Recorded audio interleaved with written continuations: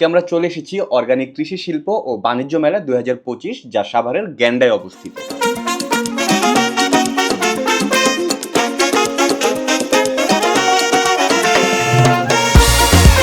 মেলায় হারিয়ে যাওয়া ছোট ভাই। মেলায় আসলে এই একটি কথাই শুধু মনে পড়ে।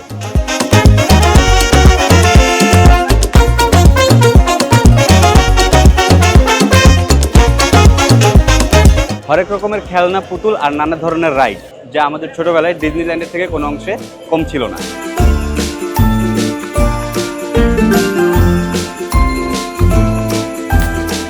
মেলায় সব থেকে আকর্ষণীয় দিক কোনটি জানেন? সব থেকে বেদরকারী জিনিস যেটা, সেটাই আপনার কাছে সব থেকে বেশি ভালো লাগবে।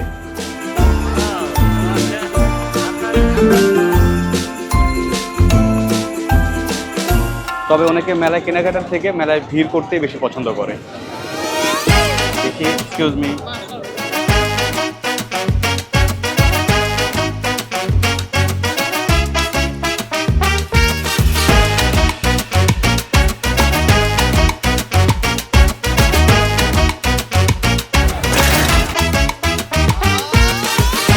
মেলার ভিড়, মেলার সাউন্ড আর সন্ধ্যার পর লাইট তৈরি করে মেলার আসল ভাই।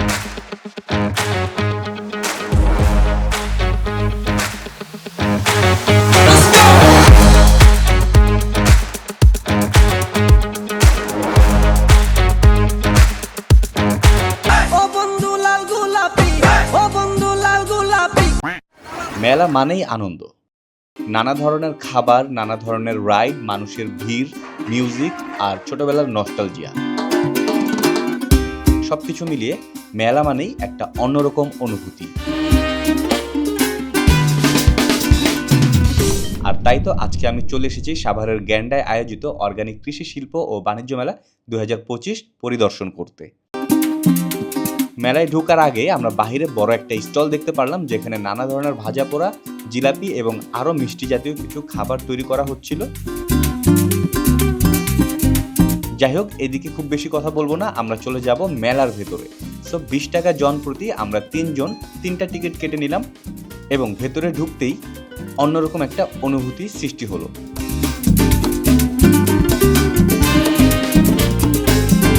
যদিও বাবল খেলার বয়স এখন নেই, তবে এগুলো দেখে কিন্তু সত্যি বলতে নিজের ছোটবেলার কথা মনে পড়ে যায়।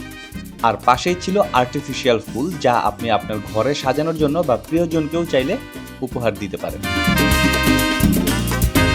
মেলায় নানা ধরনের রাইড রয়েছে, তবে আমরা আগে খাবারের স্টলগুলো একটু ঘুরে আসব। বর্তমান সময়ের খুবই ট্রেন্ডি একটি খাবার হচ্ছে এই আইসক্রিম। তবে এছাড়াও আপনারা এখানে নানা ধরনের ফাস্টফুড টাইপের খাবার পেয়ে যাবেন। ফ্রাইড রাইস, স্যান্ডউইচ, বার্গার, কাবাব, ঝালমুড়ি, ফুচকা, রুটি, পিঠা এবং আরো নানা কিছু। সত্যি বলতে এই সব খাবারই কিন্তু মেলার একটি অংশ বলতে পারেন।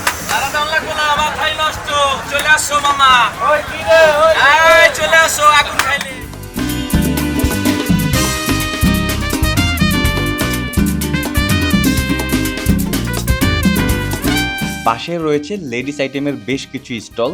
যদিও এখানে আমার কেনাকাটার কিছুই নেই, তারপরও আপনাদেরকে এটা এক্সপিরিয়েন্স করানোর জন্য এই স্টলগুলো একটু ঘুরে দেখলাম।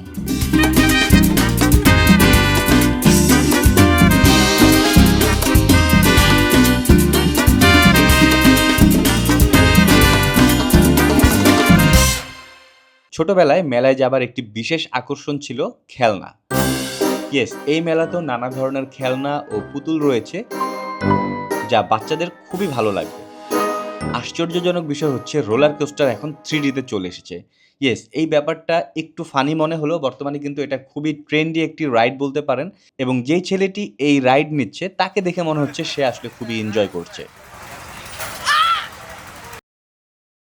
আপনি চাইলে আপনার নাম বা আপনার প্রিয়জনের নাম এইভাবে জড়ি দিয়ে ডিজাইন করেও কিন্তু নিতে পারবেন।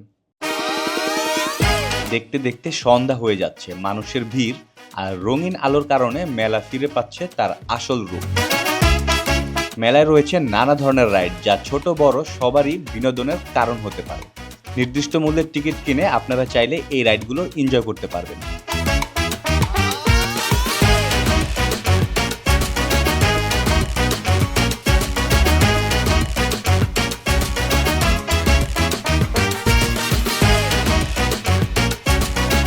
ছোটদের রাইডগুলোতে ওঠার খুবই শখ ছিল, বাট যেহেতু বড় হয়ে গিয়েছি সেটা পসিবল না, তাই আমি চলে আসলাম এই চরকিতে, এবং চরকির এক্সপিরিয়েন্সটা কিন্তু ঠিক ছোটবেলার মতোই ছিল।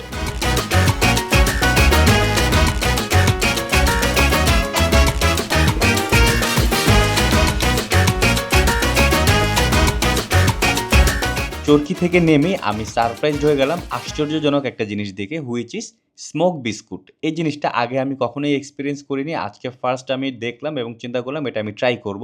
তবে হ্যাঁ, এটা ছোট বড় সবাই এক্সপিরিয়েন্স করছে, তবে এটা স্বাস্থ্যের জন্য আসলে কতটা ভালো সেটা একটু ভেবে দেখার বিষয়। মূলত বিস্কুট বা চিপস এই ধরনের খাবারের মধ্যে এক ধরনের লিকুইড মিক্সড করে দেয়া হয়, যেটা দিয়ে ধোঁয়া বের হয়, এবং যখন আপনি মুখে নেবেন তখন আপনার মুখ থেকে সেই ধোঁয়াটা বের হবে।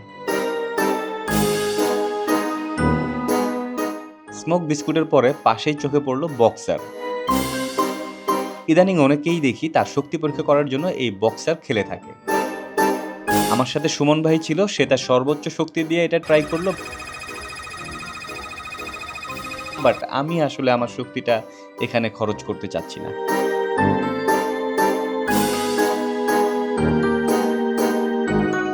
এই রাইডটার নাম আমি ঠিক জানি না, তাই এই মুহূর্তে এই রাইডটার নাম দিয়ে দিলাম ফ্লোটিং বোট। খুব ইচ্ছা ছিল এই বোটটা এক্সপিরিয়েন্স করার জন্য, তাই উঠে গেলাম।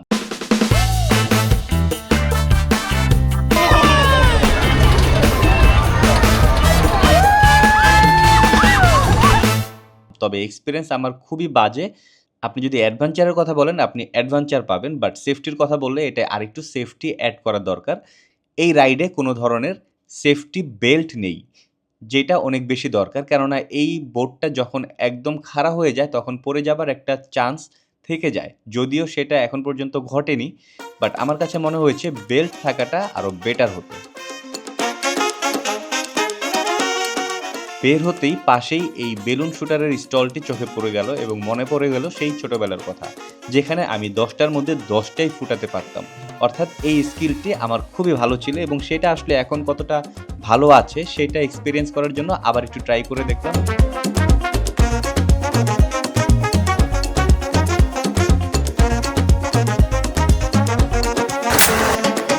এবং ইয়েস, আমি আবারও 100তে 100। মেলার একটি অন্যতম আকর্ষণ, যেটা অনেক দূরে থেকেই বলে দেবে যে এখানে একটি মেলা রয়েছে, সেটা হচ্ছে নাগরদোলা। ইয়েস, এটার হাইট এতটাই বেশি, অনেকটা দূরে থেকেই এই নাগরদোলাটা দেখা যায় এবং বোঝা যাবে যে এখানে একটি মেলা রয়েছে।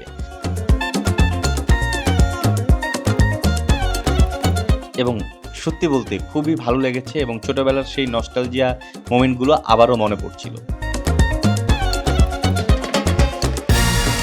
মেলার আরেকটি বিশেষ আকর্ষণ রয়েছে, যেটা আমি সবার শেষে এখন আপনাদের সাথে বলছি, সেটা হচ্ছে মৃত্যুকূপ। এটা এমন একটা স্টান্ট শো যেখানে কাঠের গোল কূপের দেয়ালে বাইক শুধুমাত্র গতি ও ভারসাম্যের শক্তিতে ঘুরে বেড়াবে। শুধুমাত্র বাইক না, গাড়িও এখানে ঘুরে বেড়ায়, এবং এটা অনেকটাই রিস্কি, যার কারণে এটাকে মৃত্যুকূপ বলা হয়, কেননা সামান্য একটু ভুলের কারণে বড় ধরনের দুর্ঘটনা ঘটে যেতে পারে। এই খেলাটা কিন্তু সত্যি বলতে অনেক রিস্কি, এবং আমার কাছে মনে হয়েছে মানুষ তার জীবনের ঝুঁকি নিয়ে এইভাবেও খেলা দেখাতে পারে মানুষকে বিনোদন দেবার জন্য।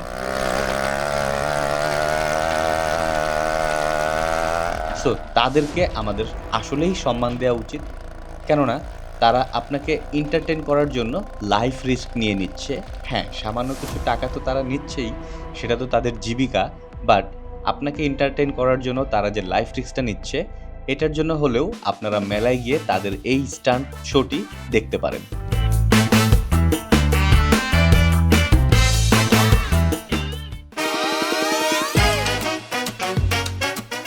সব মিলিয়ে আজকের দিনটি আমার কাছে অনেক বেশি স্মরণীয় ছিল, কেননা ছোটবেলার অনেক কিছু মনে পড়ে যাচ্ছিল। ছোটবেলায় মেলায় ঘুরতে যাওয়া, ছোটবেলায় রাইড, সব কিছু মিলিয়ে একটা নস্টালজি ফিল আসছিল, এবং মনে হচ্ছিল আবারও সেই ছোটবেলায় ফিরে যাই। শুধুমাত্র আমি কেন, আপনারাও যদি মেলায় আসেন দেখবেন আপনাদের সেই ছোটবেলার কথাগুলো মনে পড়ে যাবে। সো সময় করে আশেপাশে যদি কোনো মেলা আয়োজন করা হয়, ঘুরে আসতে পারেন। তো আজকের এই ভিডিওটি আপনাদের কাছে কেমন লাগলো সেটাও কমেন্ট করে জানাবেন, আর লাইক শেয়ার তো করবেনই। দেখা হবে পরবর্তী অন্য কোনো ভিডিওতে। Till then, take care.